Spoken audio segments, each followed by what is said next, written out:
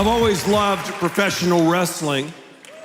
There's something about it that is unique.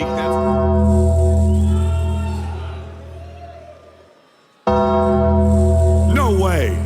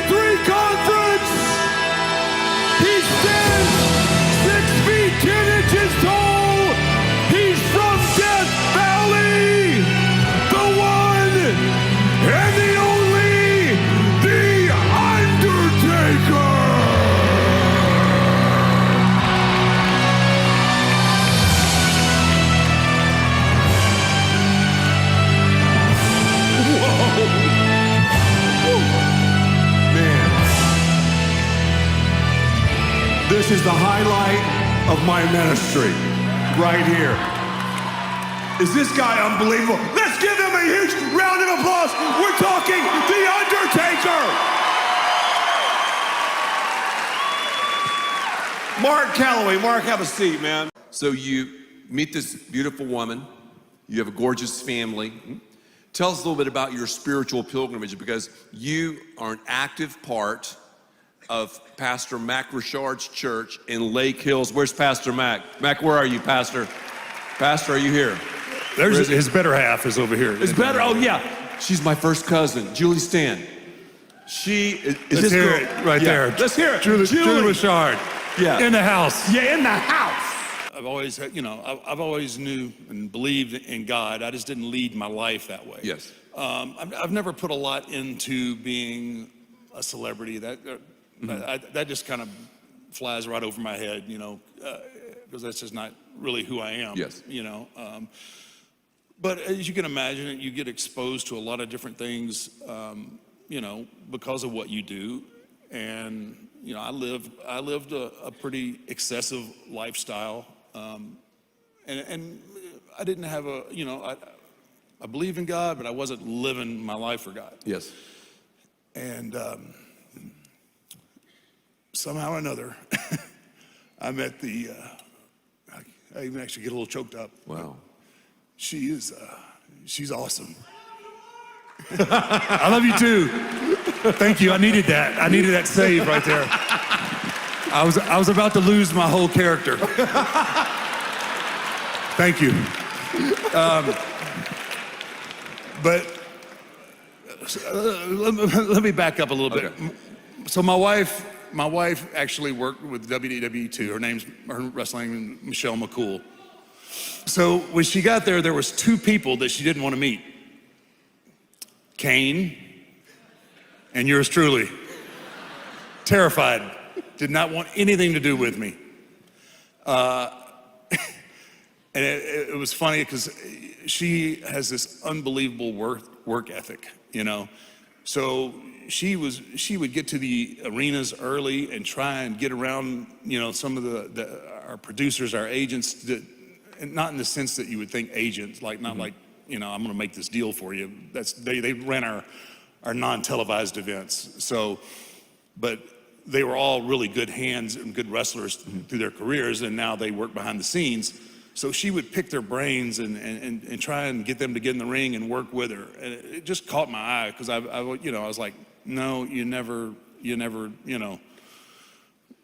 cross over that line. And I always told guys, you don't date people that you work with, and this is not going to work. I said it for years, and then I broke my own motto. But anyway, so I ended up getting to know her, and I was just like, wow, she's really passionate about this, and you could tell that she was genuinely, this is what she was wanting to do. It wasn't a stair step to Hollywood or anything else. This is her, she was passionate. And so, finally, after a long time of her chasing me around, I was like, not true at all. Finally, she realized that I was not Satan. And,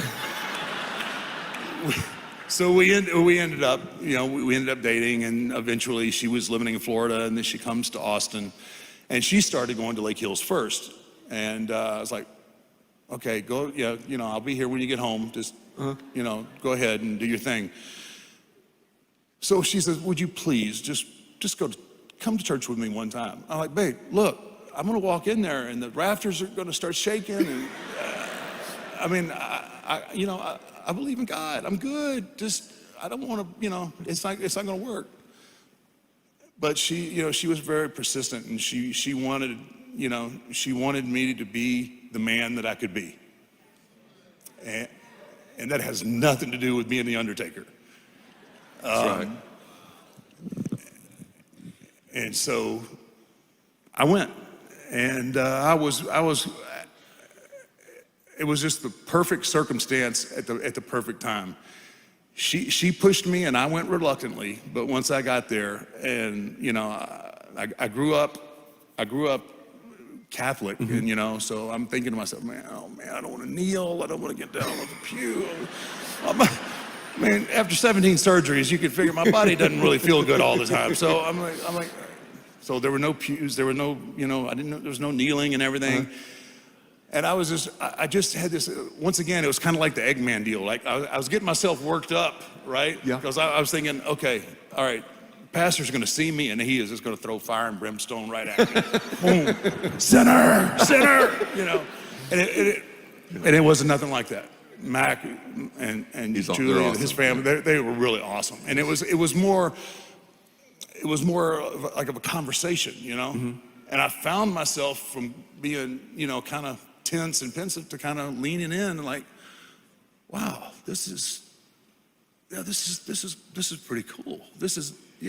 Wow. And that started my journey. Yes. Back to leading my life the way I should. Yes. And isn't that great?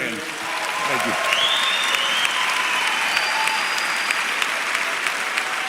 Michelle, and I can't wait for you to meet her one day. She is a very strong woman, and she had to be.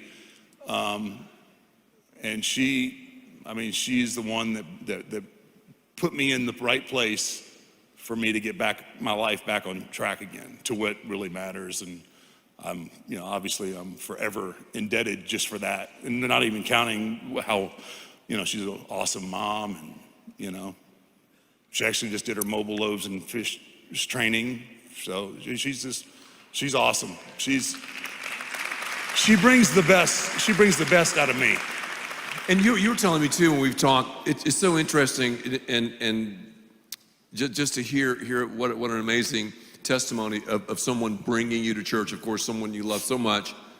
And then I don't want to put words in your mouth, but I believe you were telling me like how you knew about God, but then that personal relationship, that was that trigger. Yeah, absolutely. That was, I wouldn't have been able to give you, I wouldn't be able to recite any kind of scripture whatsoever that first day. Yes, I knew there was, like I said, I was raised Catholic in a God-fearing home, but I just, all my brothers had to go to Catholic school and, taught by the nuns and getting their hands popped with the rulers and all that. I still hear it when I go home all the time about how rough they had it. But it was the start of me and my journey. Yes. And realizing that there was a whole nother part to life that I was missing out on.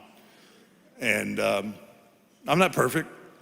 Nor am I. No one's perfect. No one here is perfect, Mark. I get that. I mean, I'm still, I'm still in my process. Yes. I'm getting there, but I spend, I spend a lot more time these days reading my Bible and no. Excellent.